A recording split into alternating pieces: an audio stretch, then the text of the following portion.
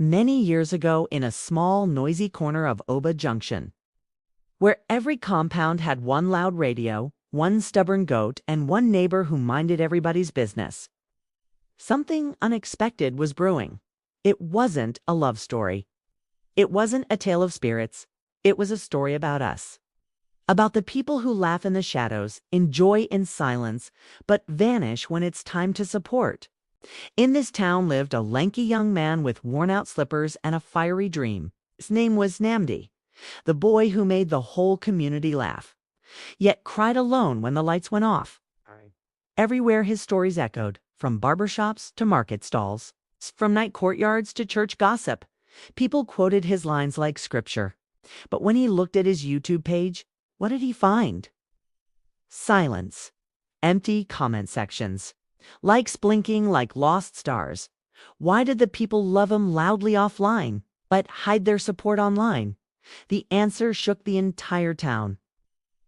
Before we dive into this unforgettable folktale, take a second to like, subscribe, and share this story with someone who secretly watches but never clicks. Trust me, you don't want to miss what happens when silence finally gets exposed. All right, let's break this down. Oba Junction was the kind of place where stories traveled faster than the Harmattan wind. From dawn to dusk, the streets were alive with the sound of radios playing old songs, goats arguing in the distance, and neighbors who believed everybody's business was theirs too. It was noisy, vibrant, and full of drama. But hidden beneath all that laughter was a mystery that nobody saw coming. In the heart of this town lived a lanky young man named Nambdi.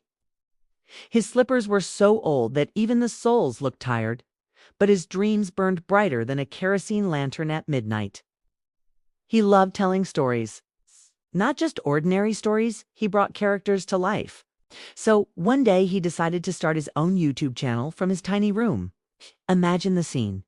One flickering bulb above his head, an old phone balanced carefully on two plastic buckets, and Nambdi sitting on a wooden stool, switching voices like a one-man theater.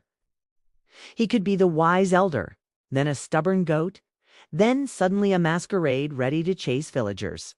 He laughed at himself as he recorded, knowing that somewhere out there, someone would laugh too. And laugh they did. His tales spread across Oba Junction like wild gossip.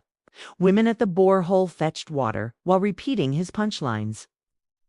Barbers blasted his videos so customers forgot how painfully slow their clippers were. Shopkeepers secretly bent over their phones, pretending to count money while watching his newest upload. Even children with dusty feet acted out his stories in their compounds, shouting his lines like famous actors on stage. Offline, he was a star. But online, silence. His videos gathered thousands of views, yet the like button stayed quiet, blinking like a lonely star in the night. The comment section looked like an abandoned yam farm after harvest, just 2 or 3 stray weeds scattered around. It was heartbreaking. How could so many laugh and yet so few show support?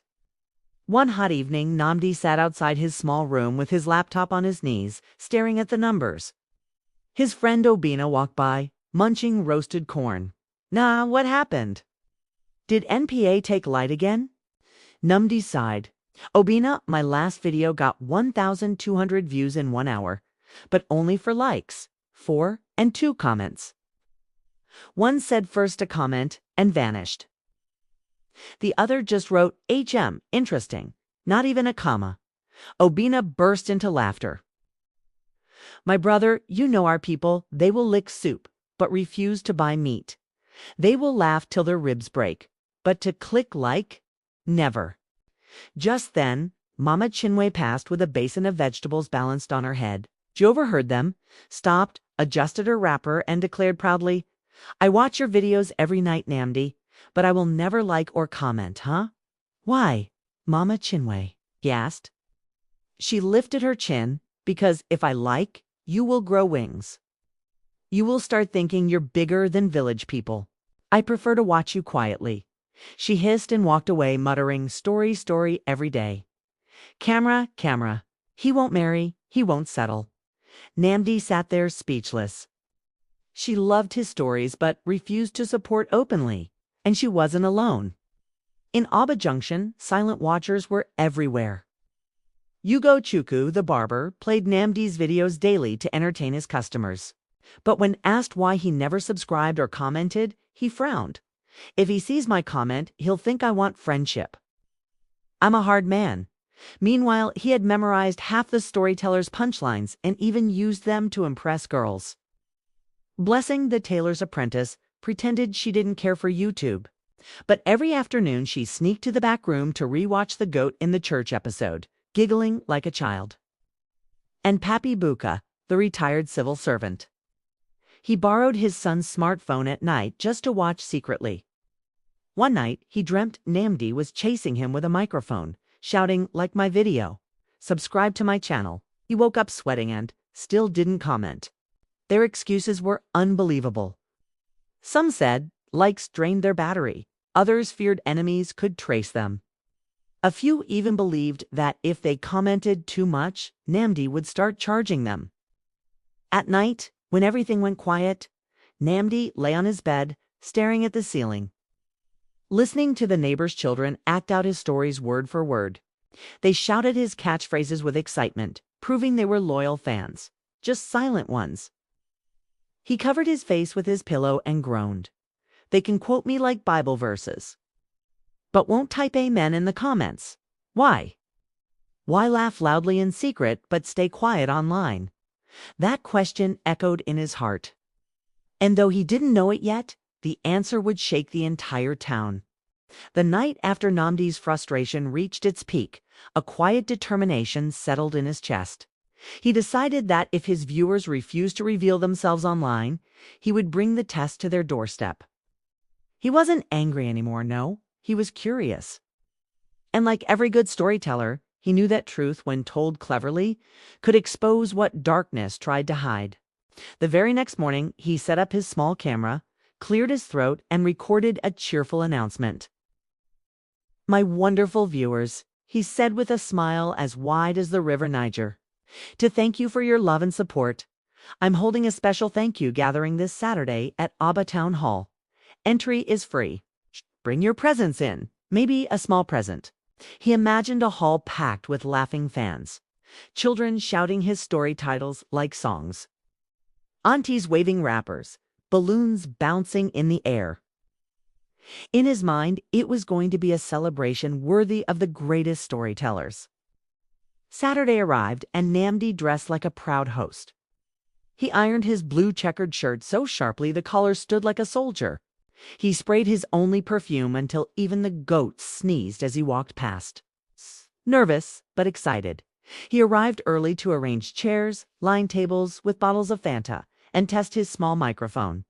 By 4 p.m., the town hall was still empty. 4:30, nothing. By 5 o'clock, only his cousin Ichuku wandered in lazily, chewing groundnuts. "Nah, are they not coming?" Ichuku asked.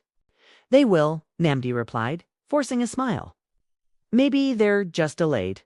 But they didn't come, except for a teenage boy, Samson, famous for always typing first to comment and disappearing, who showed up, waved, and immediately started playing Candy Crush. The rest of the hall remained eerily empty, as though the chairs themselves were mocking Nambdi's hope. The microphone sat untouched. The bottles of Fanta sweated on the tables like abandoned orphans under the sun. Yet, just outside the hall, Oba Junction was alive. People gathered in small groups, gossiping and laughing about Nambdi's latest episode. Mechanics were reenacting his punchlines. Market women were retelling his plots with wild hand gestures. And children were skipping rope while chanting his storylines like nursery rhymes. Nambdi peeped through the window and almost fainted. "So, they're out there enjoying my stories," he whispered. "But they can't walk inside."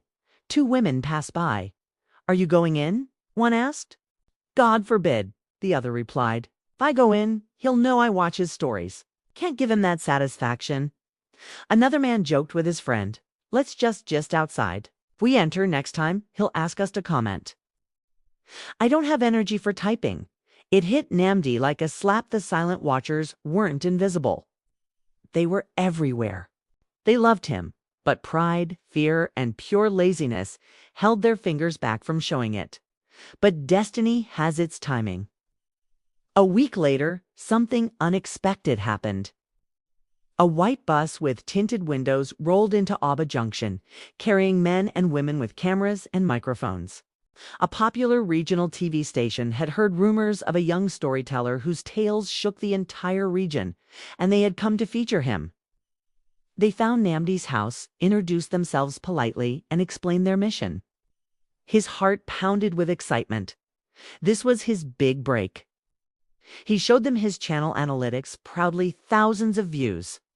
But then one journalist frowned. Wait, only 7 comments? 5 of them say first 2 comment. Are you sure these numbers are real? And right at that moment, like ants smelling sugar, the silent watchers began gathering outside his gate. Mama Chinwe, Yugo, the barber, blessing the apprentice, everyone rushed in, pretending to be loyal fans. Yes, yes. We all love him, Yugo shouted from the crowd. We watch his videos every day. The journalists turned to them curiously. If you love him so much, why don't we see your comments? Silence. Even the flies seemed to stop buzzing. Mama Chinwe's wrapper almost untied itself in shame. One man stammered, "You see? Commenting is not really our style. We support him." In spirit, another added, "Yes, oh. We don't type, but we laugh very well." The journalists exchanged looks. "You claim to love him, yet you can't click one button," one of them said. Numbers without voices are like empty drums. They make noise, but carry no message. The crowd shifted uneasily. Some tried to make excuses, but their own children exposed them right there. Laughter erupted and shame spread like pepper in hot soup. That night, the entire town couldn't sleep. The journalists' words echoed in their minds. From Mama Chinwe's shop to Yugo's barbershop, from market stalls to beer parlors. Everyone whispered the same thing. We disgraced ourselves today. By dawn, something remarkable happened. Nambdi opened his phone and nearly fell off his bed. His once quiet comment section was now roaring like a market square. "Boss, I've been watching since day one. You are the light of Oba Junction. Even our goat watches your videos."